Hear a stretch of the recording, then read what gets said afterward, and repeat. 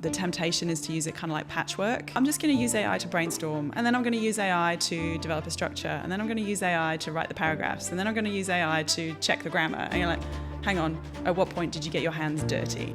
We're conveniencing ourselves into meaninglessness. Good writing clarifies your thinking better than anything.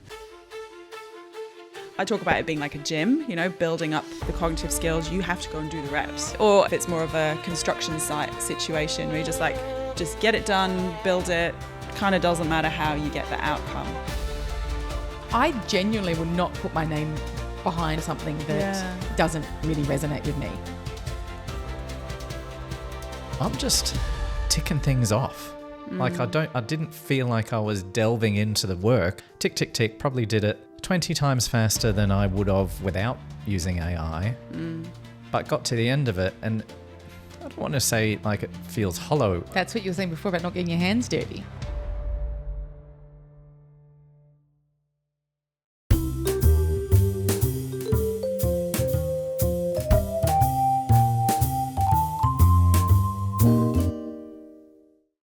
Welcome everyone to the Reconnect to Self podcast, the show that helps you ultimately rediscover what brings you joy. My name is Scott. I am your host. I'm also a filmmaker. And as always, I am here with my wife, Tracy, who is a counsellor of 20 years, 15 years in private practice, a qualified breathwork instructor and psychedelic assisted therapist.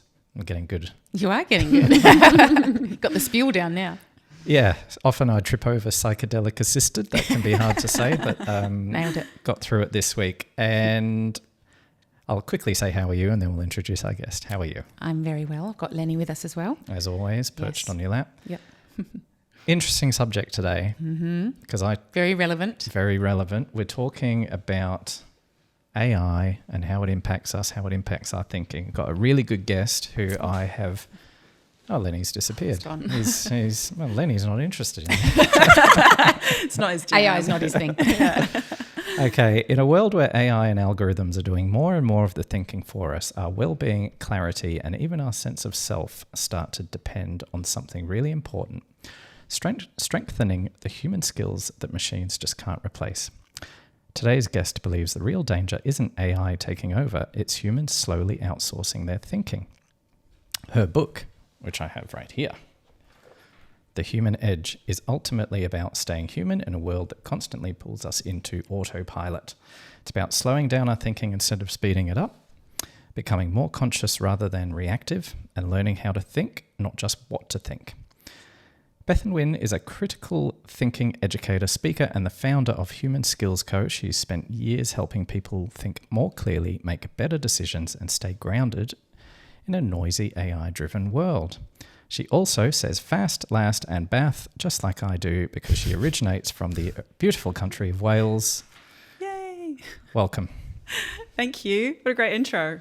AI did help me a little bit with it. No, that's a new one for me. I love it. Well, I noticed on one of your videos recently on LinkedIn, I was like, because it's not often you actually bump into people who, unless they're American, obviously Americans say that, and Northerners do, but you don't.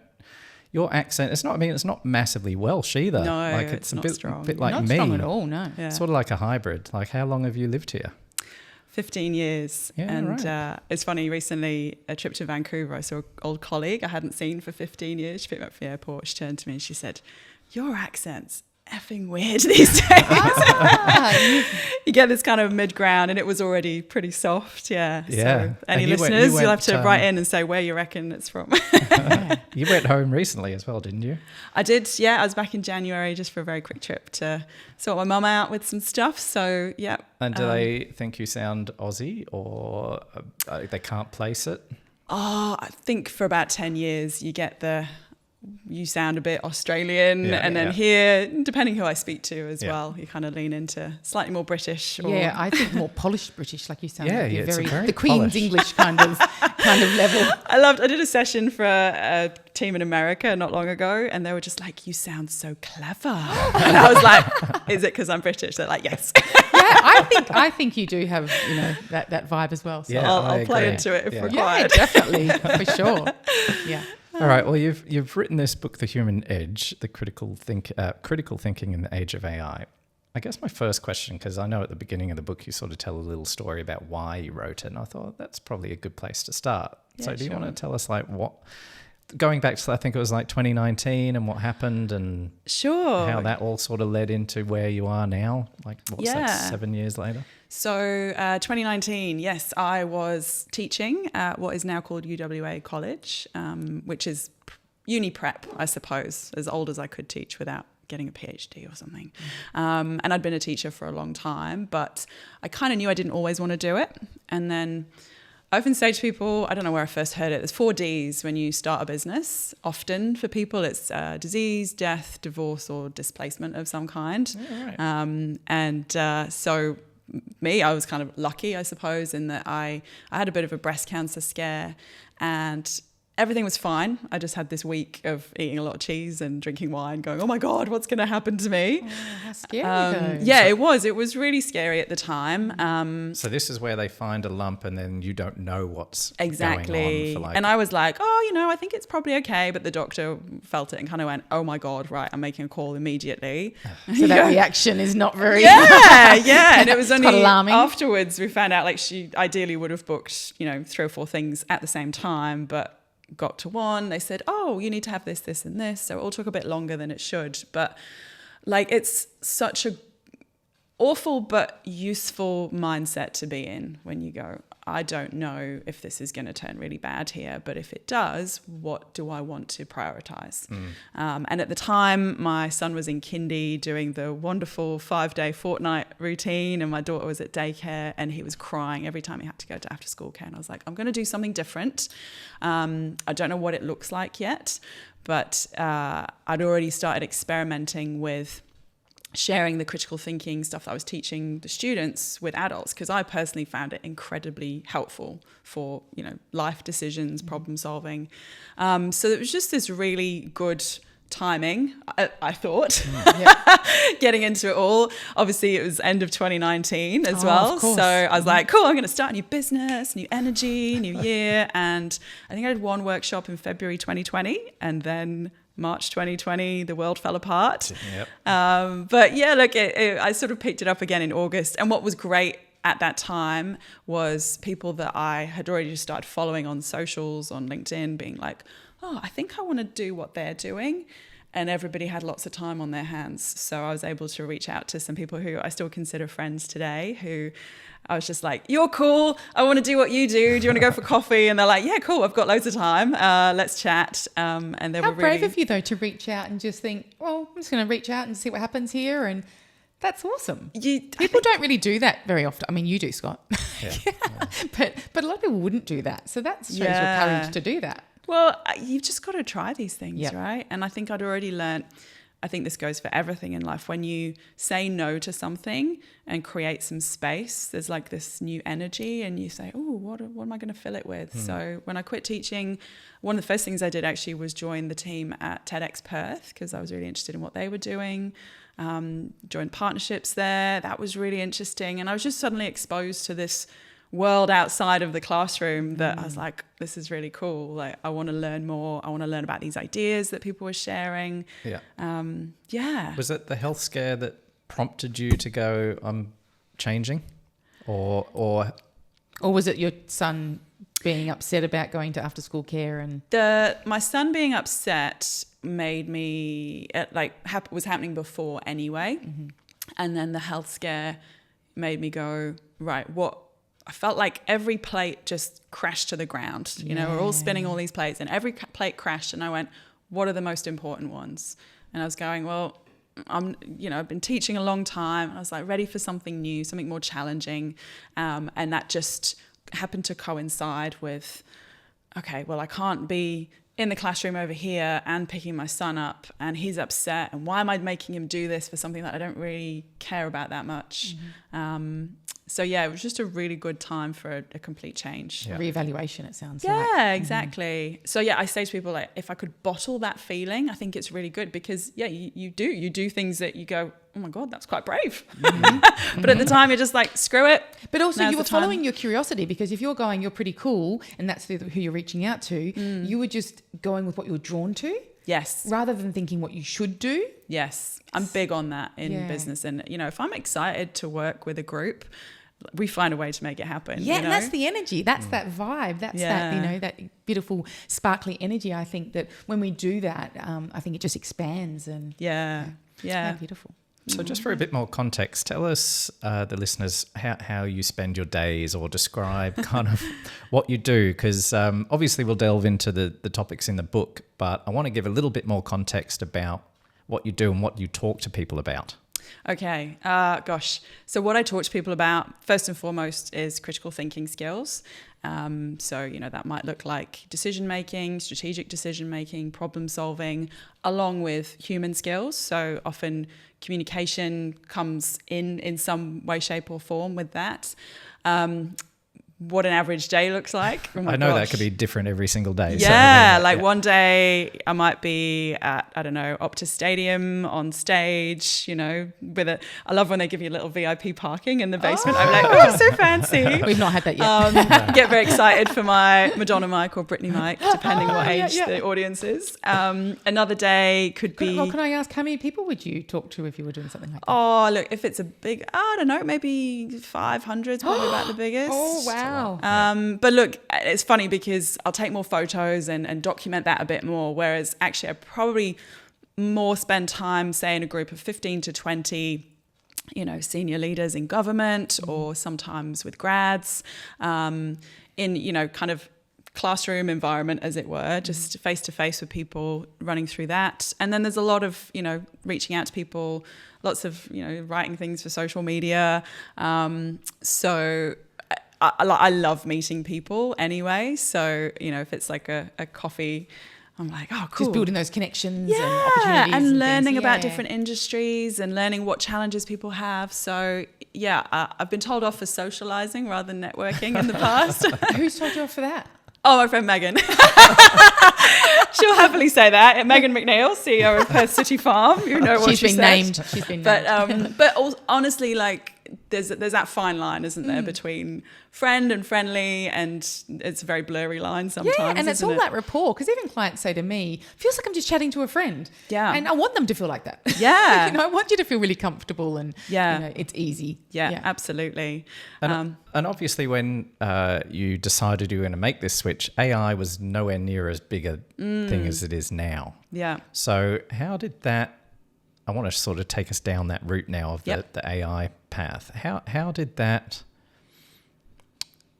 come on your radar and you go, right, this really impacts how people make decisions now? Because it feels like it's changing so quickly. Yeah.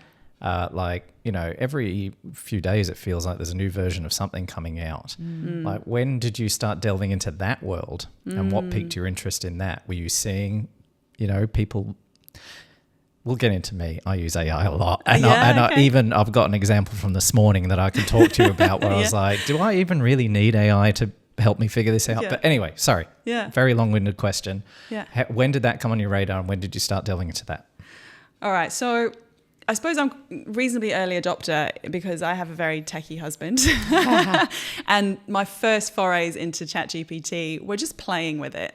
And we learned through play. Yes. So writing stories for my kids, making up one Christmas, probably 3 years ago or more, I wrote a team I worked with a lot. They each got a personalized poem and a little picture. Oh, how beautiful. Yeah, it was really fun. It was a good project to do, and, you know, presenting them each their framed things. So doing it for that initially, and then over the years kind of seeing as it got better and better at things, it's been really interesting. So by the time I came to the book, I already had this idea to write about conversations that people could have to enhance their critical thinking skills. So the compass model I've had since very early on doing this in business. So there's 8 different skills that in my mind form critical thinking. And so I had a draft, and then I was working with a book coach, Jade Miller, and she said, hey, you know how there's these conversations? Let's make it AI conversations as well. So the invitation in the book is to do it with a human, But also you could have this with an AI, and a lot of critical thinking is around asking better questions. So rather than just getting AI to answer your questions, getting it to question your answers as well is a really good use case to enhance your thinking, not just make AI smarter and outsource all your decisions. Yes. Yeah, is the word sycophant? I only learnt that word a few years ago, where it means somebody who will just say you're amazing no matter what you do. And I think ChatGPT has a very sycophantic no matter what you put in, it goes, well, that's an amazing idea. Yes, and it can match it to whoever, like it can tell you that that's amazing, and then it would tell someone else your same responses were something totally different, because a lot of my clients will, if they're separated, they'll put in responses from their ex about how they've text messages. Oh my gosh, and so then they'll put it through AI, and AI will tell them, well, he was being passive aggressive and he was da-da-da-da-da. But if that person put the same messages into AI, they're saying, no, you were really da-da-da-da-da, and really give totally different lenses based on who's the person submitting that, which can be very problematic. Because that reminds me of teenagers when you get first text messages and you're like, does he put one kiss? Is that good? Is that bad? Oh my God. You're it's like, no, don't do it. that with AI. No. Yes. I've started, so because I use it a lot, and I've had to, so I've built my own GPTs just within the ChatGPT model. To teach it about us and Tracy and what we do and how we talk and how we think and everything like that. But it'll still love no matter what I put in there, it'll say, yeah, that's amazing. So I've had to then teach it, I want you to be our CMO, which is Chief Marketing Officer. I'm going to put this in and I need you to actually critique it. And if you give it that prompt, then eventually it will sort of go, right, okay, well, you could change this, this, and this. So it's being more specific about what it is you're wanting. Yeah, but if you don't tell it that, it won't do it. It'll just say which whatever is what you Bethan is saying, though, like to give it that, that critical. Yeah. But knowing what you want is absolutely crucial with AI. And what are you going to do with it? So many people are like, oh my God, I can build 20 websites in a day. And I'm like, cool, so what? Yeah. Piece of shit website that no one looks at. Like what's it for, you know? Oh, how are you? You're at the coalface. How I know it's changing every day, but how are people responding now to AI? Like, is it still a fear-based thing that you see out there, or what do you think? Oh, look, the full spectrum. There's a lot of fear around it. I was speaking to TAFE lecturers last week, and lots of them, like, we're worried. We're worried what we're losing. And I always say to people, for every yes, you're saying no to something else. So if you're saying yes to students using AI for assessment, what are you saying no to? What are they losing? And the same in the workplace. You're saying, okay, cool, everybody wants AI systems, everybody wants to embrace AI. Not everybody, but a lot of people, particularly senior leaders, think it's, this magic bullet. But what are you losing? And how much do we leave, like, accountability with the human when more and more systems are using AI to spit out, this is what you should do, this is what the data says. But at the end of the day, AI made me do it doesn't stand up in a court of law yet. Maybe it will. Maybe one day. And this is where it's suing, Sam Altman and the big companies. You're like, well, you're going to lose. It's not always accurate too. When I was doing my psychedelics course, I was just wanting it to sort of tidy up my assignments and things and just, make it flow better and things. But when we'd gone and done an in-person training, they said to us, we're going to know if you use AI, and apparently words like fostering is very common. Oh, yeah. So when I was doing my tidy up of my assignment, I was like taking out anything that said fostering. I was like, nope, we're not giving any clues. Yeah. But I actually had to be really careful with that because it's such a new therapy in terms of here in Australia. The things I was needing to put in my assignments actually wasn't coming from AI. Like, I was looking at it going, no, that's incorrect. What they're telling me to put in there or, recommending, it wasn't caught up to where my level was. You've got to really check it as well. And I think if people are just blindly using it and not following through and checking those things, I probably would have failed because I wouldn't have had the right information in there. But luckily I knew. Yeah, so I think you just need to be really mindful of what you're putting in and checking the facts as well, because otherwise, you could be running off old information, wrong information. Absolutely. I was talking to the lecturers, and I think this holds true for anyone using it, actually. the temptation is to use it kind of like patchwork. So you go, oh, I'm just going to use AI to brainstorm, and then I'm going to use AI to develop a structure, and then I'm going to use AI to write the paragraphs, and then I'm going to use AI to check the grammar. And you're like, hang on, at what point did you get your hands dirty? Like you actually got in there with the detail. So I think of it as using it more like this dovetail kind of corner. Mm-hmm. So you do a bit, get AI to do a bit, check it, go through it. And that's kind of the approach I took with writing. You know, I was kind of like dictating most of it. So it's fun. Lots of people go, oh, it's like you're having a conversation. I'm like, yeah, I literally was. That's good. Yeah. And then sort of tidying up the grammar and then coming back. But, you know, there's nothing that replaced the 5 or 6 times that I sat down with a full print out of the book and went through it, literally with a red pen, like rewriting whole chunks and stuff like that. So that part is still absolutely crucial. Yeah. And people, like you said, there's certain tells where you go, oh, it sounds a bit AI. And I think there's a soul to a book when a human's behind that. I just think that there's an energy behind it. Maybe people can't necessarily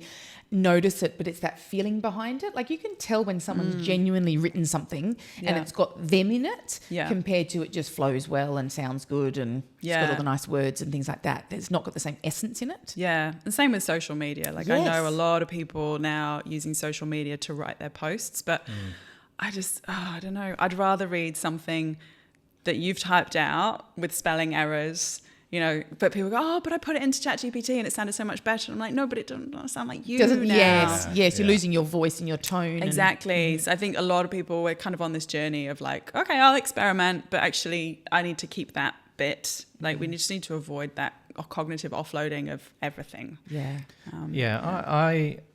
I've done both. Like I've gone, okay, I'll get ChatGPT to write it. And then you look at it and go, it does not sound anything like me. Then there'll be times I'll do a hybrid. So I'll write it and then put it in ChatGPT to see if it can make it better. And sometimes that's okay.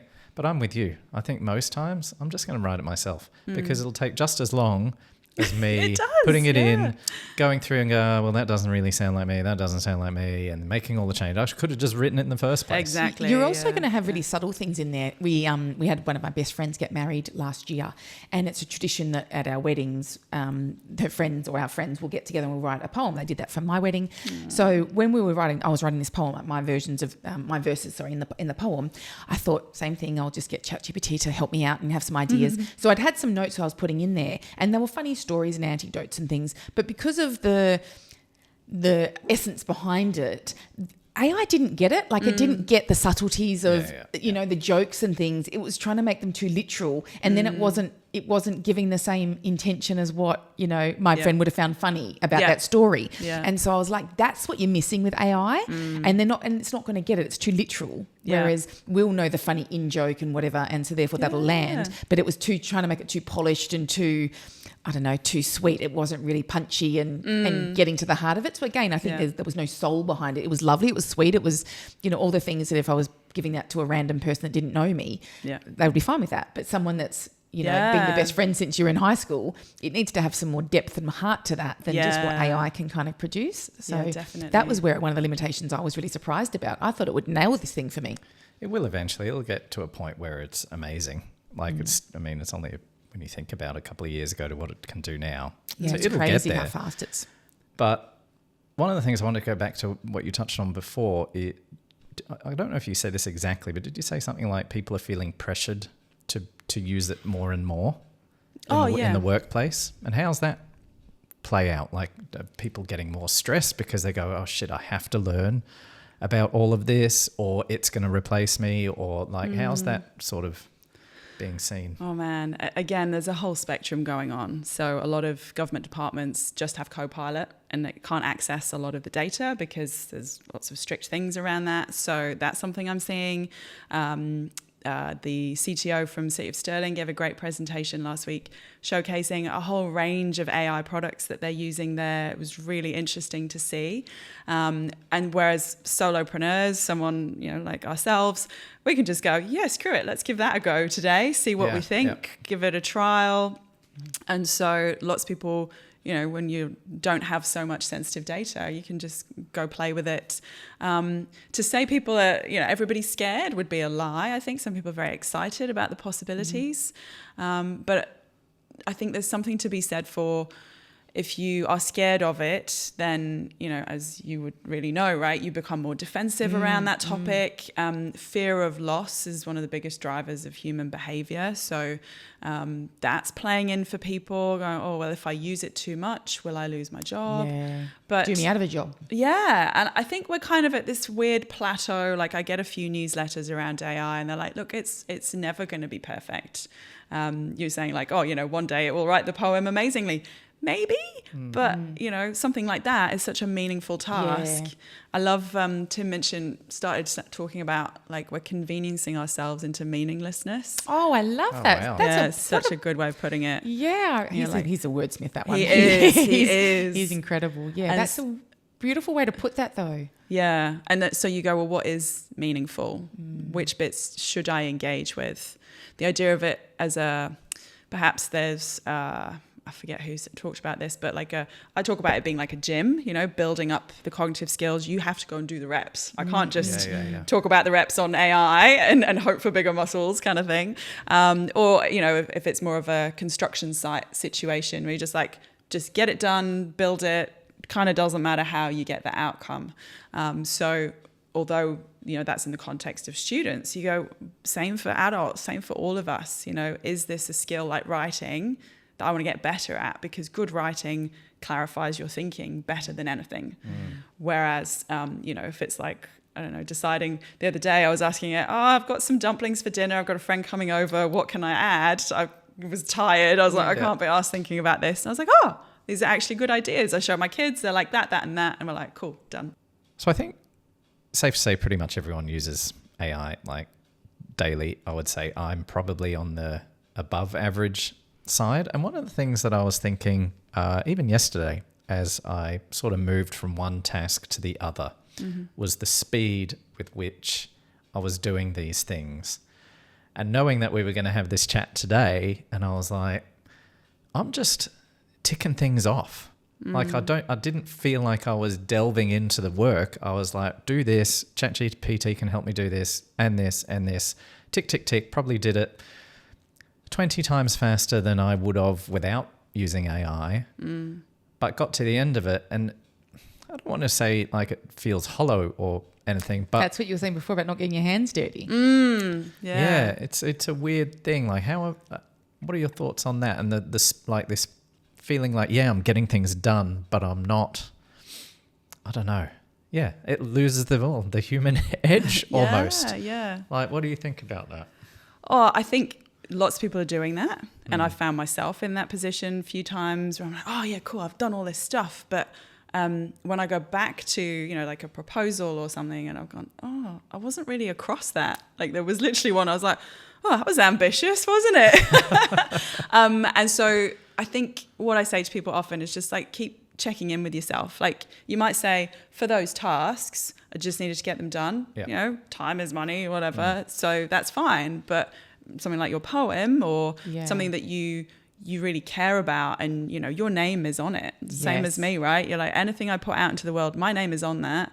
I need to be able to stand by that. Am I comfortable putting this out knowing that, you know, I didn't really get my hands dirty with it? So do you know, I agree with that. And it's also around knowing yourself well enough and what you're wanting to share, because Scott does a lot of my social media, and we'll have many a conversation where I'm like, I'm not going to say that. I'm not going to, I don't word it like that. I would never say that. So I'm very annoying to Scott because I genuinely would not put my name behind or under something that doesn't really resonate with me. So you are pedantic about that, but I also agree with it, because you're protecting your personal... my essence. It's what I believe in and what I want people to know. And if it's not coming across that way, it doesn't feel like me. So that's what I don't like. I get that. Yeah. And I think that authenticity, you know, like we were saying, if I read a post, I'm like, oh, ChatGPT wrote that. I feel like, why should I waste my time reading this if you couldn't be asked to write it? That's a really good point. I get that. So I'd rather now do less social media. I mean, you know, I'm in a very lucky position. I get to choose this, but I'd rather do less but do it myself than be pumping out lots of stuff. And I think there is this real lean to, and this is why social media is so great, right? Because people want to connect with the people behind it.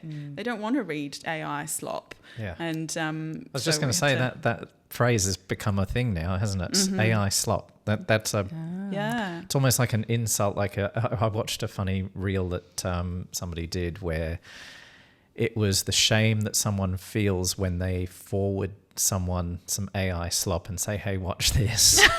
And it was all about the shame that person felt. It was a comedy sketch. Yeah, And it was hilarious Yeah. because you're like, oh, yeah, that's right. That's becoming a thing. Yeah. Like if my friends were to send me some AI crappy reel to watch, Yeah. there's almost like shame's probably a strong word, but there's... Do you know, you feel gypped. Can I just tell you, everyone knows I'm obsessed with these animal videos that I watch.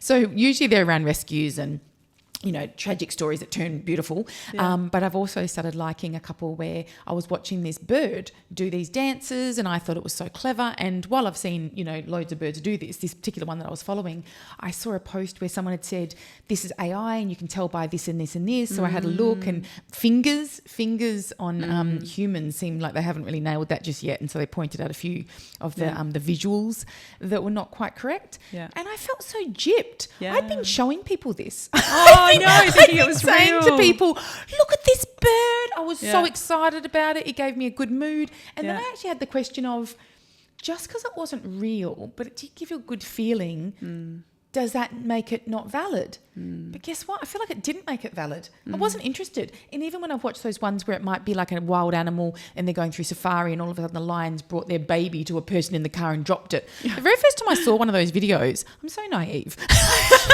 You're like, wow. I can't remember exactly what it was, but it was some version of that. And it was my teenagers that said, Mum, that's AI. I'm like, really? Because I didn't know what it was up to. Like I didn't know the levels that it was getting to. Yeah. And I just felt gypped. And because there I was buying into it. Yeah. And so as soon as I knew it was fake, I didn't want to buy into it anymore. In fact, with the bird one, because I was a subscriber on that page, I unsubscribed. Yeah. I was no longer interested. Yeah.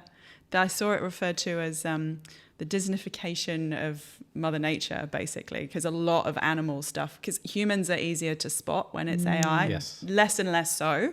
And it's funny, there's a chapter about how to spot fake AI images and video, but it's harder and harder. But if you start, you go, oh yeah, it's just a bit of fun. It's a dopamine hit. But you're like, hang on. Oh, I expect to be able to stand that close to a crocodile. I expect a lion's going to drop. True. You know, we kind Yeah. of turn it into a performance. And, you know, if you go to a safari park and you're like, why, Didn't do that. why isn't the giraffe putting his head in the car and licking my face? You're like, because that's not real. Yeah. And your expectations, you know, so much of life, if your expectations don't match reality, you get disappointed. Yes, that's so true. And, you know, it started with Photoshop of women in magazines and now AI versions of models and all sorts. And you go, oh, okay. Do you know, that's so true. I didn't think of it in that particular way, but you're right. Like, as soon as you start putting in Photoshop in from way back when we were teenagers and things, and people had that distorted version of what was beautiful, Yeah. and then we all felt like we were less than Yeah. because we couldn't achieve it. Yeah. There's a funny analogy around cosmetic surgery in Hollywood stars. So you wouldn't necessarily think it, but someone like Marilyn Monroe, Elizabeth Taylor had minor cosmetic procedures that were not talked about, were not widely available. Wow, all the But way back then. in the same way that, you know, particularly in the 80s, it kind of started exploding. I was like, no, I'm not having cosmetic surgery. What are you talking about? And the same with AI, you know, that colleague that suddenly has perfect grammar in their email. You're like, did you use AI? No, not me. No, what are you talking about? You know, and the number of people that admit to how much AI they use is much lower than how many are actually using it. And again, going back to the couples, they get mad at each other. Like I hear all the time, don't you be putting that through ChatGPT and giving me blah, blah, blah. Wow. Yeah, they again feel like it's not genuine if their partner. Although in saying that, I find that sometimes when they've put their responses through, it can often soften it and it can land better. So it's a little bit of a... That's probably the number one early use case for ChatGPT. Literally, quote, I've heard so many clients say this, make me sound like less of a bitch. Yeah. It's always funny, people that come out with that. So I think on those ways it could be really helpful because where it could have sparked an argument or something that you didn't see, you know, in your response because you're probably in your emotions, it can help with that. But yeah, the way that it's landing, it's still not right. Like people aren't enjoying that, and they can tell if they've been with their partner for 10 years and then they're suddenly separated, they know how they speak. Yeah. And they know they're not at that articulate at that level. Now, you mentioned before you had some rules around social media about, you'd rather just do it yourself. Do you have rules in general for how you use AI? And then my next follow-up question would be around, you mentioned you have an 11-year-old. Mm-hmm. Like, I'm keen to get your thoughts on what rules you would implement and usage and... All right. So my own rules with AI. If I feel like I'm not across something, I will dial it back. So I'm happy to experiment with stuff. But a classic one is, AI can record this meeting for you. And I used to do that with permission, obviously. Mm-hmm. But now I handwrite notes, don't have it listening in. And then I'll often dictate those notes to something just so I've got them captured somewhere. But I realised that by having the AI listen in and make notes for me, I wasn't paying attention in the same way. So there's been a bit of that where I've kind of gone with it, tried it, and then just that awareness that I don't, again, feel like I got my hands dirty with the information. Yeah, I think it comes back to the speed of it. Like, it's way more efficient to get it to do it. But it's sort of like the task I did yesterday, you just feel like you're glossing over the surface. Yeah. And it's not sinking in. Yeah. And then I think you might even get into situations where people in the workplace would go, well, you did this, and you'd not even have any recollection of doing that because you didn't actually do it. Yeah. You just pumped it through, and it's a crazy. I've seen that happen world. with the auto replies and stuff. Someone being like, "Who approved this newsletter? Like, this is wrong," and they're like, "You did? I have an email with your name on it." Yeah, Oh, wow. Because the agent yeah. was replying on behalf of this senior leader. Luckily, it wasn't a huge issue, but it's that little like, oh, hang on a minute, are you okay with this? Yeah. Wow. Well, agents is a whole other thing that. So some of our audience might not know what agents are. So my basic understanding, and I've dabbled with it a tiny bit, is you can give agents a task. So an example would be if we wanted to book flights to Bali, you go in and you go, right, here's my parameters. And you can actually give it your credit card information and it'll go off, search the best deal and actually book it for you. I might like that. That takes me hours and hours of research. That's why I It's thought exactly I'd that example in the mention the book, flight thing. And it's within ChatGPT. There's just a little, I can't remember if there's a little button underneath the search bar, agent mode or whatever it says, and you can do that. And you can actually watch it in real time, going through all these websites and looking at stuff. I did it to help me buy something about a month ago. It's phenomenal. But like you said, you're taking away, I guess, the agency of you doing it. It's hard I reckon it's hard for humans to get their head around like how big a deal this is and how much it is changing And I everything. think it's kind of coming back to what you were saying before of knowing what you're wanting from it, because I was just thinking just then, would it come back with the cheapest flights or the best flight times? And I know you have to program that in. So that's again about being really, really clear with what you're putting in to get what you're wanting, rather than it just going, search for the cheapest flights. Because they could probably come back with something really random or, a stopover or something. Yeah. So Pretty much every time I put in any kind of prompt, I'll be like, what questions do you need to ask me in order to do this job well? That's a clever we So should get it's your good. thoughts on prompts. Like, I mean, the expert only here. if you feel Well, only you if know. you feel comfortable. Yeah. Yeah, Like- that's a good one. That's Because a I great reckon tip. people would make a lot of mistakes with how they prompt things, not maybe Yeah. giving enough information or What are your tips on that? Well, like I said, getting it to question you rather than the other way around, because actually, AI is very good at understanding what AI needs to do the job well, better than humans. So just, I think approaching it, and again, like just doing silly things to start with, like I was saying, like writing stories or, make a presentation for this and see what it comes out with. Just kind of having fun with it. And then as you build your confidence, then you can decide, do I want it to take on something more consequential, more reversible, or less reversible, like a bigger deal.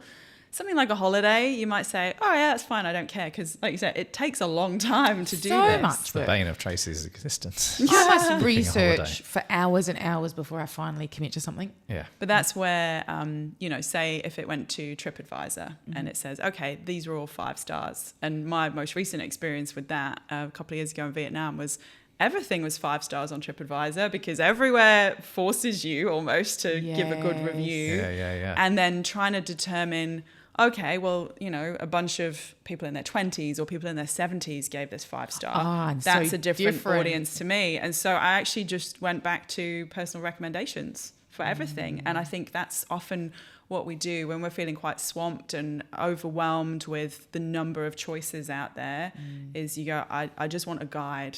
And this is where, you know, people still have great value, because there's all the information in the world is out there and we can access it very quickly. Yeah, that's so true. My friend has got a lot of knowledge, and I often just say to her, just tell me what to do. Because I want that human, you know, again, I could go on Google, I could go on whatever, but I want her opinion. Because I respect her. I respect her, I trust her. So I feel like, that human element would still be really important, because I could get that, you know, from Googling. Do your own research. You're like, but I don't have time and I don't care enough about whatever it is. If that's the case, then by all means. It's just so easy to use. Like I don't know if I have the right balance of how often I use it versus how often I don't. What are your prompt tips? Like, what have you learnt? The critical feedback is probably the biggest one. So whenever, and this is for work stuff, right? So whenever I'm putting anything in for work, I will say, right, this is what I've written. What do you think? And if you were my chief marketing officer, what critical feedback would you give me? And then you get that. Other things is, annoyingly, it won't remember certain things. Like a great example would be, I use it to help me formulate questions for this podcast, right? And if I just say, give me some questions for this topic, it'll give me like, I don't know, 50 questions, but they'll all be pretty garbage. And then I'll have to go through them and cut them and whatever. So I generally go, right, let's start with the themes of what I'm going to be talking about today. Just give me the themes. And then I'm nail down the themes and then go, right, now give me the questions based on those themes. But also I want the questions to be short and scannable so that I'm not looking at the piece of paper like I'm looking at the guest. So being quite specific, I think, can help. But the thing that drives me crazy, it never remembers that. I tell it, I say, update your config to remember this is how I like my questions. Never does. It will eventually, I'm sure. But I would say be very specific and get it to question itself. The other thing I have been dabbling with more in image and video is helping me write the prompt. So if I want to do, say, an image of something crazy, I'll go, right, here's roughly what I want this image to be. Can you write the prompt for me that will get me the best result? And then doing it that way. So you can use it like that. And that's been quite useful, actually. I guess approaching it like an apprentice, right? So you wouldn't just go, off you go, do that. You go that's like, a good way here's to an put example of what I would like you to do. So I often give it an example or previous version of it, and putting parameters on it as well, because like you say, we'll just go making stuff up. And you go, is that real? And it's like, oh, I'm sorry, I thought you wanted some imaginary ones. No. Giving and it it'll like lie a to you. It's lied to me so many times, right? What's the best example? Okay, all right, I know the example. It cannot watch a video. Right? It cannot do it. It can look at an image. If you put a video in, what it actually looks at is some of the metadata behind the video, and it can see one screenshot. So before I knew this, I would like put up upload a reel, right? And go, what do you think of this reel that we're doing for this breathwork event or whatever? Give me your critical feedback. It'll give me all this stuff. And then I'm like, yeah, okay, some of that's relevant, but there's a whole bunch of stuff that's not relevant. Can you actually watch this video? Or can you try again? It'll try again. And then I finally realized, I don't think it's watching the video. So then I said, are you actually watching the video? It replied, it is watching the video. Then I think we went through 2 or 3 more times before it finally admitted that it could not watch the video. You got me, it said. That's to be honest, for me, that's like the scary side of it, where it would just happily lie to me. Confident bullshit is how Dr. Peter Allerton describes it. That's another because it's written in a way that is meant to sound authoritative and copy an authoritative voice from, you know, other areas of the internet, right? Yeah. That's one of the things I learned early in life is if you sound confident in what you say, people will believe you. Absolutely. And I think he's spot on. AI is like the perfect case in point. That's a great segue, actually, because I know we're going to talk about children, perhaps. Yeah. And my 11-year-old loves a fact, and he will happily, you know, tell you all sorts of facts. It used to be about animals, and now it's about pretty much anything. But there's been multiple times where he'll say something. Perhaps he's heard it on an advert, like a YouTube thing, or misunderstood it from a book. Yeah. And you're like, oh, wow, really? Are you sure? But he says it with such confidence because he genuinely believes that it's right. Yes. We're like, you know, Colgate's the #1 toothpaste in the world. You're like, Oh my God. Let's get that page YouTube back on your thing. Oh, you don't get started on YouTube, that place. Our youngest daughter, the amount that she is on that thing, like, I mean, that's not AI, that's a whole separate thing. Yeah. But it is scary. The other thing I wanted to ask is around the critical thinking, because I think this is such an important thing for people, and I think we both agree that, you know, we are getting more distanced from that with AI. Yeah. I know this is a pretty broad question, but like, how do you help people make better decisions? Like, is there a roadmap, or like, how do you do it? Yeah. Okay. Where to start? I'll share a quick model that is very useful. So this one I use with, all different ages and stages, to be honest. So it's called the point model. Firstly, P is for permission. Who's allowed to make the decision? A lot of places and situations we get hung up on that. And you might say, on a personal level, what does that mean? It's like, well, up until the age of, 38, I was like, oh my God, I need my mom's permission to have a tattoo. And then you gradually go, hang on, is that true? Is that logical? Is that even relevant anymore? But, you know, we all have these stories in our heads about what we're capable of. And I liked your thing about, you know, if you say something confidently enough, people will just go, oh, of course. Yes. Yes, that's you. You do that. So you can deliver that for me. So who's allowed to make the decision? And then we zoom out, the O. So what's the long term? Like, what's the bigger picture here? What are you trying to achieve? You know, posting on social media, you go, what's it for? Or we're trying to build a brand, or we're trying to reach people, or you might just be like, I need a dopamine hit for the day. And if I put this on LinkedIn, people will like it. Be getting clear about that. Well, yeah. And just being very honest with yourself. Like, what am I actually trying to achieve? So when you look at your to-do list, if it doesn't move you towards whatever that future is you're trying to achieve, then it's worth going, maybe I should take that out or change that. Then the I, zoom in, look at the data. So, you know, what is the information around you telling you? So in a workplace, you know, people have their beautiful Power BI dashboards that they love and spreadsheets out the wazoo. But on a personal level, you go, what's the feedback from my partner, perhaps? Or what are my kids saying? Maybe I should talk to them about this. And then N is the noise. So what's interfering with the clarity of my thinking? And this is where stepping away can be very helpful, because, you know, when you're at the coalface, you're in that moment. It's very hard to be clear on what's a good decision here. So noise, you know, it might be biases in your head. It might be assumptions that you've made.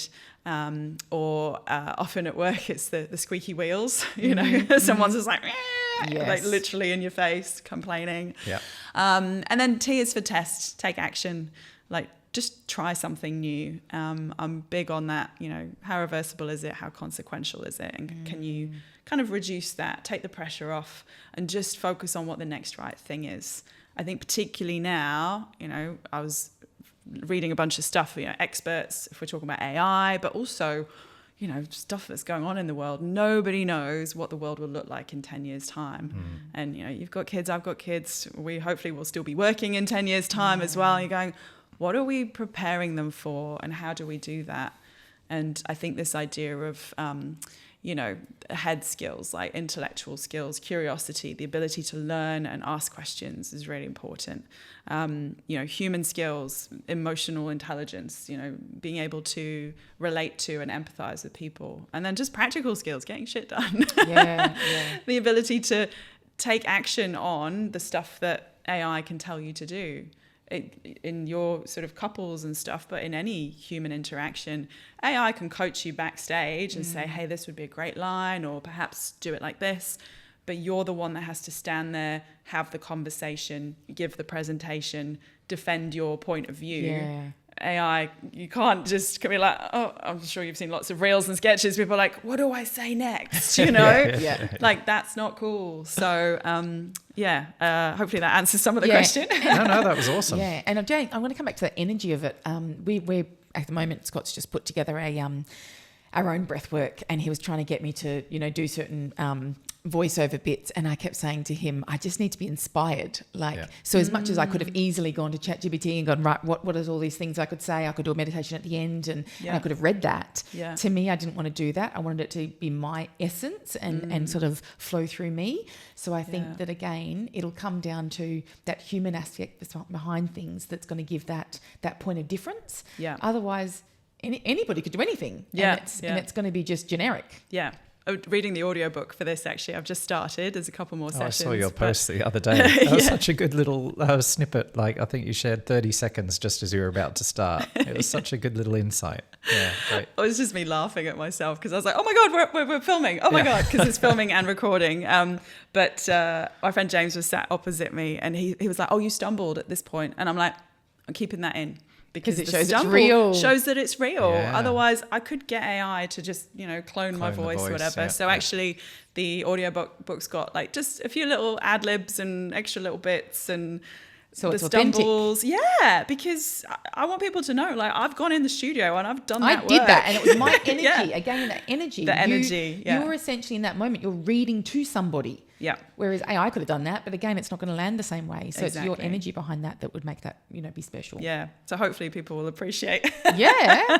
I'll take out the coughs and the ums, but keep in some random. I think that's such a good example, though. Like, that's such a great one where you go, because it's not a quick job to read a book, right? No. I imagine is a couple of day sessions. It will be, by the time we get it done, And so you could have just had it done automatically, but the reason you've chose not to is because of the emotion and the energy that's going to come through. Yeah, I think that's a perfect example. Now, I know you also have an 8-year-old daughter, 11-year-old son. You mentioned sort of this unknown future. I think about this all the time. And, the decisions we made, we sent our kids to a public school because I sort of thought, I'm not convinced university is going to be a massive thing in the future. I know that might be controversial, but that's just my take, is that I don't know if degrees are going to really be worth it and worth the investment of time and money that they're going to put in. Yeah. Like you said, you don't really even know what jobs they're going to do. How are you? Obviously, your kids are pretty young, but how are you approaching that? And then we can sort of talk about what we've done with our kids, because Tommy would be a good example that we could talk about. Yeah, really interested to hear. I think similar to yourself, I grew up in a house where it was like, if you've got any smarts about you, you go to university. Yes, I was the same. Yeah, huge thing. And I suppose the value, we think the value is in the certificate, but perhaps the value, like in the UK, I think the value is about independence and social skills and the ability to think things through. Yeah, and that's something that's a bit of a missing. I would agree strongly with that, because nobody ever asked to see my degree, right? Ever. No. Or what marks you ended up in the very, we're also worried about our average. Nobody gave a shit. Whether you were distinction or you whatever, and no one said, how did you land at the end? Were you exactly? But I think the things that uni did teach me was how to get things done. Yeah. How to think, how to work in a team. They were pretty big on that sort of stuff. So I don't look at my time there as wasted. I think it was valuable. Yeah. But yeah, I sort of agree that's very much what was expected of you back then. We're not putting that expectation on our kids. In fact, our eldest is 16, and he's now in year 11. He has not done homework at all, right? Well, he wasn't given homework. So at their school, if they don't finish their work, they're given it to finish. Yeah. So if he just finished his work at school, he didn't have to do homework. He never had homework. Well, that's what he told us. Yeah. I don't know. But I mean, we never got anything back saying he didn't do homework. So True. They do get feedback, but he wouldn't even really study too hard because he's so not used to doing that. So when he was actually choosing his courses ready for this year, he actually chose a lot of ATAR subjects. And I was alarmed because I was like, this is a kid that's going to struggle in the next 2 years trying to get that workload done. So I said to him, do you want to go to uni? Because that's the pathway to go to uni. And he said, I don't know. I just thought, I said, but if you don't know what that is, you're going to give yourself 2 really hard years for not even knowing what that's going to give you. You could go down a path later on if you were sure that you wanted to go to uni. You could do a different entryway, but why do that to yourself now? And I mean, the reason they went to public schools is because we had their names down at a private school, but all their friends were going to the public school. And being a therapist, I want those kids to be socially attached and connected, and friendships turned out to be exactly what's happened. The best decision, so our decisions were a little bit, different. But for us to try and think about now what we could give him for skills so he could have his own business or career that's not going to be taken over by AI is... So he went for a job. Where was the place he went for? He put one resume in. Oh, that restaurant around the corner. So he put one... When he turned 16, he put one resume into one place, and then they didn't call him, and he's like, okay, well, I didn't get a job. And then we were like, okay, we could force him to go to Domino's and Hungry Jack's and whatever. Yeah. And then I just had this idea one day to go, okay, maybe I'll take him on as sort of my apprentice. Yep. And the reason I did that was because I was like, I don't know what the future holds. If he goes to Hungry Jack's or Domino's or whatever, yes, he'll socialize and learn some pretty basic skills. But he already has the socializing covered. He's got friends from sport and he's got friends from school, and his friends are amazing. So that wasn't really a thing. It was more responsibility, like showing up, being doing what you're told. So the reason I've sort of taken him on under my wing is because I'm thinking I'm going to teach him concepts, which I think is sort of what you're saying. Like, I'm going to teach him the concept of how to build a brand, what behind the scenes of running a business looks like, how to be creative. And then what I've started doing is really encouraging him, not forcing him, but encouraging him to use the AI tools available to him. So he helps me edit this podcast. He helps with reels and stuff. But I'm also really pushing him so I'll give him a project and go, right, I'll pay you. I pay him less if it's research. Like, he gets $15 an hour if he's working on something for me, $10 an hour if it's research. I'll say, come up with like a 30-second ad that you've built totally in AI for anything that you love. So it might be a pair of shoes. Go and build me an ad. That's cool. And show me. And the reason I'm doing that, and I don't know if it's right or wrong, but the reason I'm doing it is if he at least is at the forefront of what's capable in this space, then at least he has a shot, Yeah. Those are my thoughts. But we've obviously talked about this a lot because this is where we're at. But I agree with that totally. Because I don't know what the alternative is. We can't force him to do ATAR because I just don't think he's prepared to do the study. I'm not convinced about university long term, so... But this seems to really light him up. He actually really enjoys he loves it. You're doing. I mean, so that's the whole point. We didn't want to push him into anything. But when we sort of were like, "Do you like this? Do you like this?" He kept giving the positive responses. We're like, "Okay, we're just going to keep going." And then he would come in and say to you, "I'm going to go work on that thing." So you weren't following him up. You weren't chasing him. That was the positive. I didn't know this was going to happen, but he ultimately is quite self-motivated. That's because great. I've kind of made it fun. Yeah. I'm giving him some pretty cool things to work on. Yeah. But I figure if I do that, then, he'll be working without really knowing that he's working. And which is a dream for everyone. That's what you want to do. Yeah. I think there's something there about like giving meaningful tasks. Yeah. Like, you can see the point of it, and it's not just, I'm getting paid, or, at school, I have to write an essay. Oh God, 500 words. Yeah. I'm actually thinking through what I have to say about this topic. That is a very different kind of mindset. Yes. I guess similarly, we are deciding what we're doing, in terms of at home, how we can complement what they do at school. I really feel for teachers. Like, they get a bad rap, but they are trying to cover off so many things. Oh, it's an impossible job. There's just these ridiculous expectations on schools, and the same on employers now. They're almost like, in loco parentis, like, oh, we're going to give you food and yoga and meditation and, free mental health plans and all this stuff. You're like, is that really what like an employer should be doing? Anyway, I digress. I'm lucky that I have a very pro-tech person at home. Oh, what does your husband do? I didn't actually ask He before. works with AI products. Okay. So one of his things currently is workshops for people to build their own app within half an hour, basically. Oh my God. So he's kind of created a playground where people can do that in a session, and then you just go, oh, wow. That's amazing. Yeah, that is amazing. Yeah, and it's possible. It's very easy to do Wow. when you've got someone showing you how. So We might need him. yeah, sure, get him on. He'd love that. And it's it's exploding currently Yeah, because I'm sure. people just kind of want to again get in with the tools, see what's possible. Because that's the other thing, right? Is because I've heard of one called Replit, which is like an AI agent, and you can tell it. I think it's called vibe coding. So Yes. vibe coding is basically you don't have to understand how to code something; you just vibe it out. So you roughly say, "This is pretty much what I want," and it goes away and kind of builds it.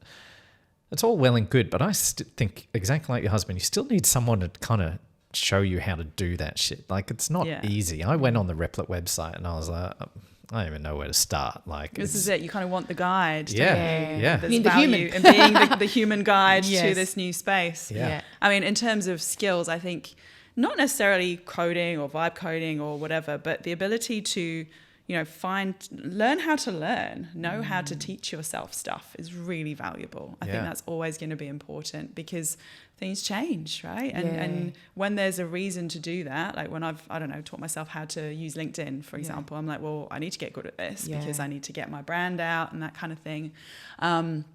Same with, making little videos and stuff. You're like, suck it up, learn how to do it, get better, practice. Be so okay that's with really failing. Yeah. And there's a lot to be said for just being willing to put the work in. It's funny how you said, we put one CV into one restaurant, got a no. And can I just go back to that? The reason he put that CV in is because his 14-year-old sister, actually she wasn't 14, she was 13 and 9 months. Yeah. She was able to go out and get her first job. And she did, and so he went. Oh, I'm 16. I better jump on Didn't wanna be board. left behind. And he did not get the job, but she did.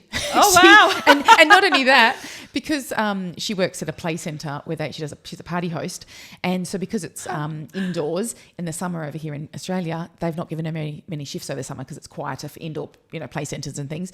So she's now gotten a job at Hungry Jack's. Good on her. She's Good on her. 14 She's with 2 laser jobs. focused. Yeah. Like, she just goes, that's the place I want to work. I'm going to go work there. I'm gonna make it happen. She did it again with the reason Hungry Jack's is because her friend's sister works there. Yeah, very cool. He is not that kid. And I think this is it, like, children, as you know, like you treat them the same, but they turn out very differently. Yeah. So it's like a case-by-case basis. Yeah, absolutely. I think it's fascinating what places like Idea Academy, I think it is, so it's an Innovation Design Entrepreneurship Academy. They've got a spot in Perth and in Freo, but it's part of a number of schools that are offering more project-based learning for kids that go, I don't love this kind of academic path. I don't think it's for me. What a clever idea. I've never heard of that. They're so amazing. good. Yeah, a little shout out for the team there.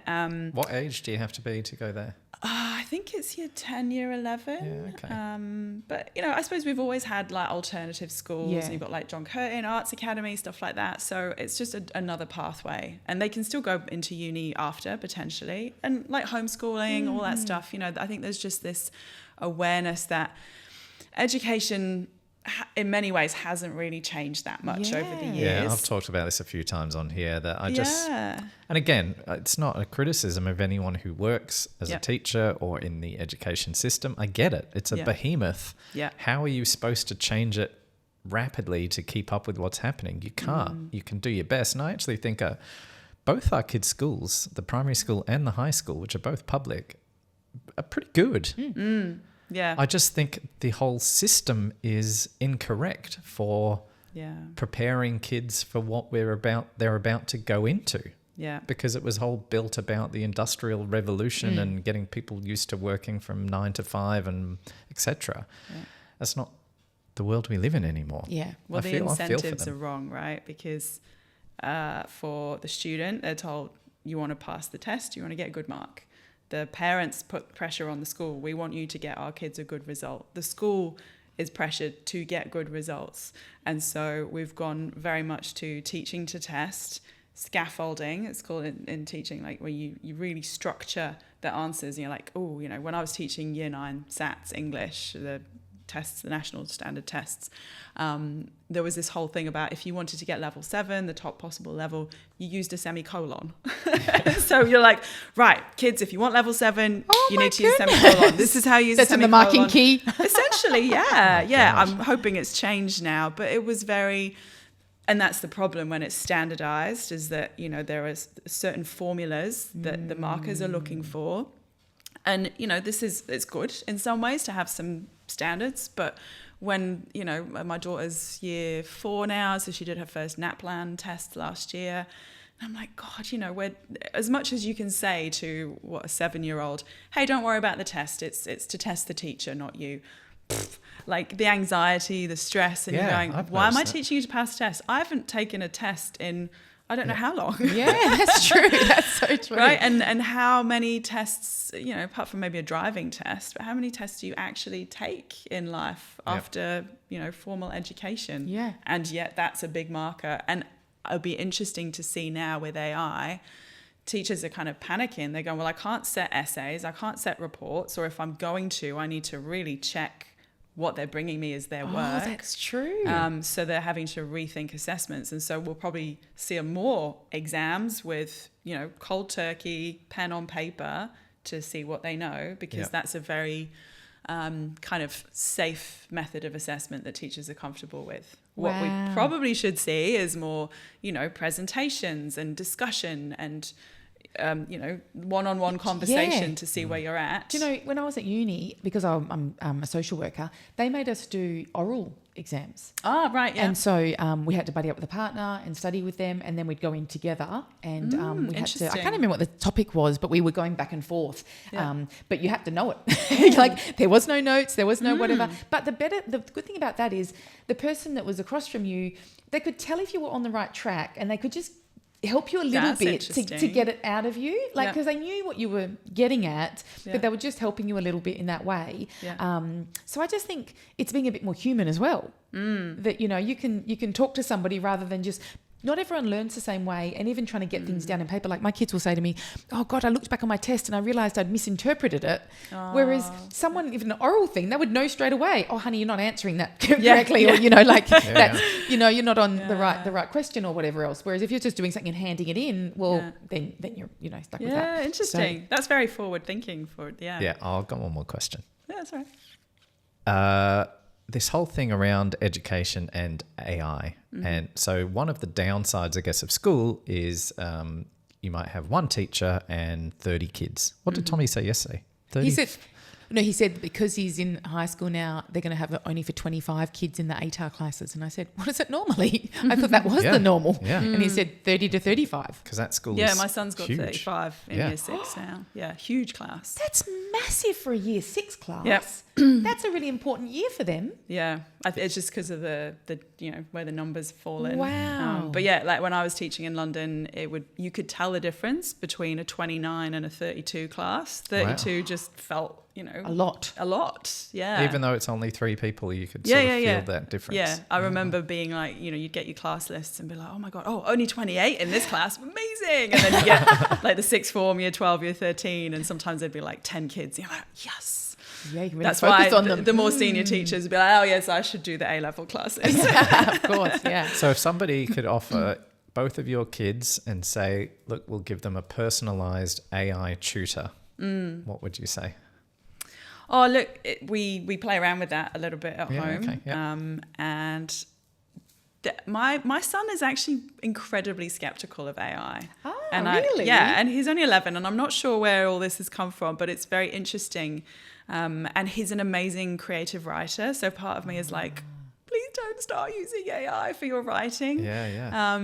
But I think, there's an incredible opportunity here to, in the same way that the Khan Academy revolutionized how we teach maths and science, right? Suddenly there was these amazing, you know, a really good teacher putting together a great YouTube. Brilliant. Like, this is perfect. And a lot of people I know passed certain subjects because of those videos. Right. So now we've got AI, so it's like next level. But we still have to be so careful because we don't know that it's giving it the right the right information. I was using it verbally to test times tables one afternoon. This was a while ago, but we were saying, okay, what's 6 times 6? Or getting it to ask my son, and he would reply, and then it'd go, no, that's wrong. And he's like, but it got it wrong. I don't know why. See, that's the example of how crazy that is. Yeah. Good on your son for knowing. Yeah. Oh, yeah. He's good at that stuff. And he was just like, but it got it wrong. And maybe that's where the skepticism came from. He's like, it's not always right. Potentially, yeah. And I think what we probably, there's a lot of pressure on parents to spend time with kids, but doing more of like sitting down together with these tools, not just going, oh, you go, off you go and have 6 hours screen time or whatever. I need to get work done. You're like, the temptation is real, isn't it? But they put it very nicely. I think it was one of the teacher briefings, we're overprotective in person and underprotective online. And I see with my kids now, I need to sit with them and talk about an advert they've seen, or, occasionally they'll ask, they love Matt Storer, local comedian, does these little musical parodies. So they're like, can we watch a Matt video? And then I have to kind of unpack with them what they're seeing, or, if they'll see me looking at something, oh, why are you looking at that? Like a LinkedIn picture of a monster that was some ad for something. I was like, oh, this is an advert. It's trying to make me buy this, or this advert's trying to make me feel bad about X, Y, Z. What a good exercise to just pull it apart with them all. Yeah, well, I think, we assume they have this kind of media literacy that unless we've explicitly taught them, they probably won't have. And I think working in a business, being aware of branding, sales techniques, all this kind of stuff is just beneficial for them, for a human in the world, Oh, sure is. Because even our kids with their fads and their phases, where they're like, got to have the pink drink from Starbucks because it's been on their reels and been on their whatever's, like everything's been forced down them.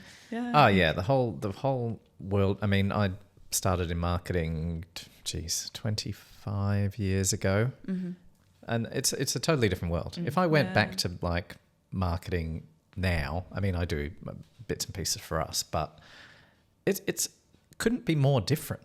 It's everything is based on social media and what you get popular, you get people to love you, which is kind of what I'm trying to do with us, right? Well, you're following the formula because it's authentic, and I get it, and I actually don't mind it. It's because if you fall in love with someone and you really trust them, then if they tell you to buy something, then you're probably going to... And especially if that thing resonates for the person. So if... can I tell you, this morning, driving the older two to school, we literally had this conversation because we were talking about the podcast, and we said one day we'd like Daniel Ricciardo on because he's from Perth. And we were saying something about one day it'd be nice to have advertisers and actually get some money coming in for it.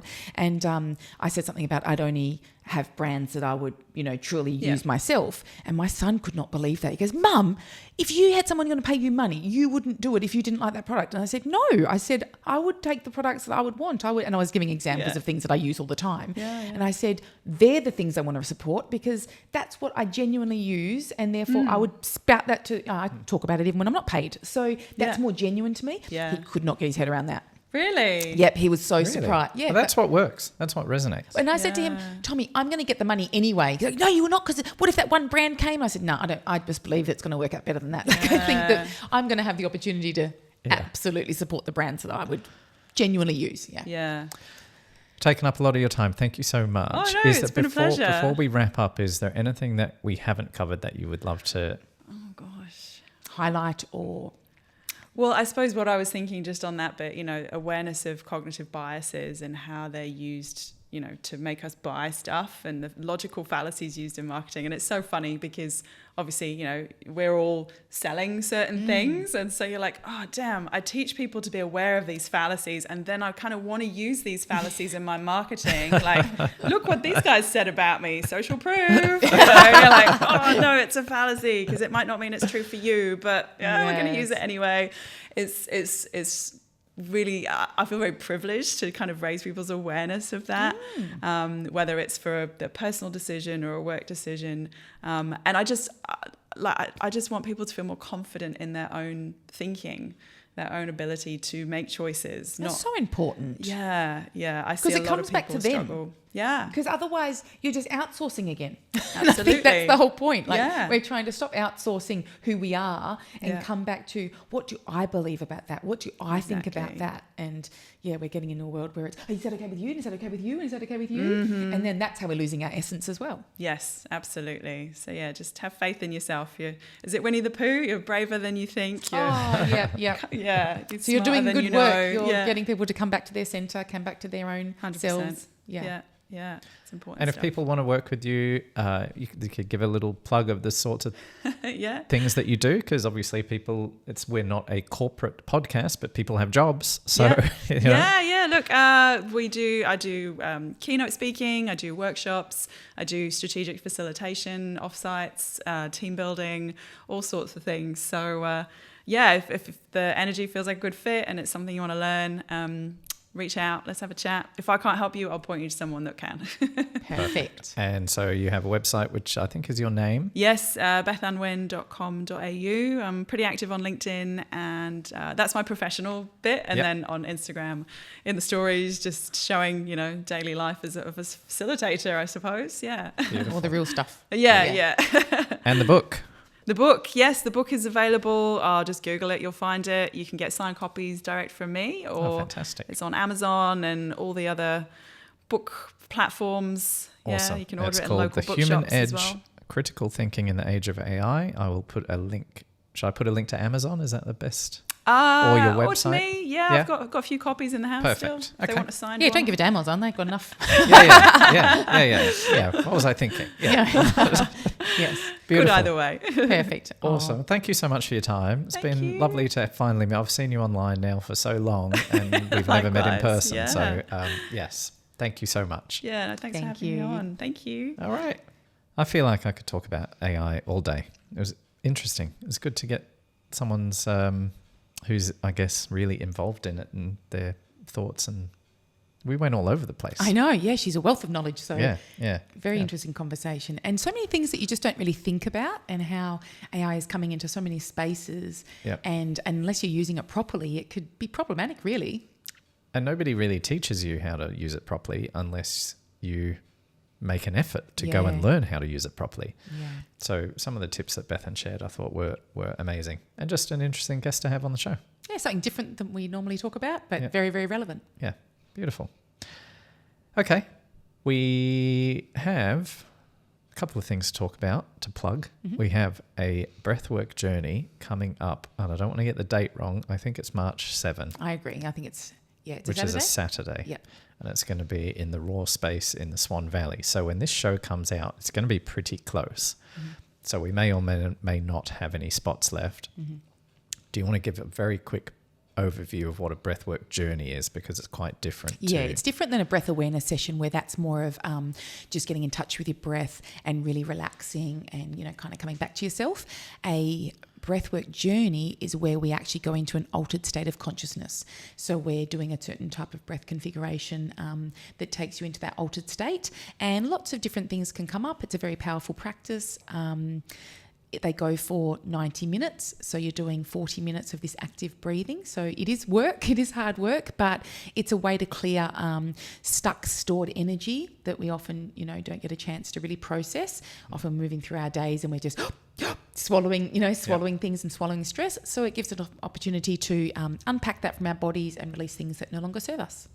And I think you mentioned in the last episode, which I thought was really good, it's for people who don't let their emotions out. Yep, just swallow them down, disconnect, shove them down. Like, it's for them to get all that energy out of their bodies, because we know that energy, if it's going into our cells and it's not supposed to be there, it leads to cell dis-ease, and then they say it leads to cell disease. So our health is everything. So this is a way of just making sure that we're looking after ourselves. Yeah, it's kind of the body keeps the score philosophy, That's isn't right. it? That if you've had things happen, and I'm sort of going through this a little bit myself, like I'm trying to, for those who don't know, which would be everybody because I'd never mentioned on the podcast, but I'm about to do our individual retreat myself and go through all of that, because I feel like processing more of things that you go through in your life as a child, process things that maybe you didn't even think needed processing can be a benefit. Other reason I'm doing it is because I think it will improve my health. I listen to so many podcasts around functional health, functional medicine, that it's not just Western medicine of take this pill or take this medication. It's about the whole thing. And one of those things is emotional and releasing that emotion and cleansing your body. And the more I learn about it, the more it makes sense to me. And I have heard as well that they say because our brain doesn't feel pain, it's our body that stores it. And so they say that you've often got to feel it to heal it. That's catchy. Yeah. Yeah, I like it. So, when we're doing a breathwork journey, we're releasing what's stored in our body and allowing that shift and change. It's really important that we move our bodies. And you think about our lifestyles nowadays, we don't often even move our bodies, let alone release that stuck energy that's in there for years and years and years. Yeah. And it's the one thing that we just cannot do testimonial videos or anything, because I would love to get a camera and show people what happens at the end of these things. Yeah, or even read the comments that people send to us privately. Yeah, but we won't do that because it's confidential. Yeah, it's such a sensitive thing for people that we would never share that. I wish we could, but we can't. We want to keep that sacred for them. Yeah, but suffice to say, the conversations you have after these breathworks with the people who've done it, like they're life-changing is a big statement, but they're profound. It's profound. They are profound. And even from my breathwork, journeys, which people can go back to the episode about breathwork and hear all my personal stories. But there was things that came out that I didn't even know needed to come out. So that's important. And I actually think, now that I think about it, some of the people that we have helped through these journeys, or you've helped, are life-changing. Yeah. I could pick 4 or 5 right now. Yep. Would you want to share what came up for you in one of yours about moving to Australia? Yeah, should I?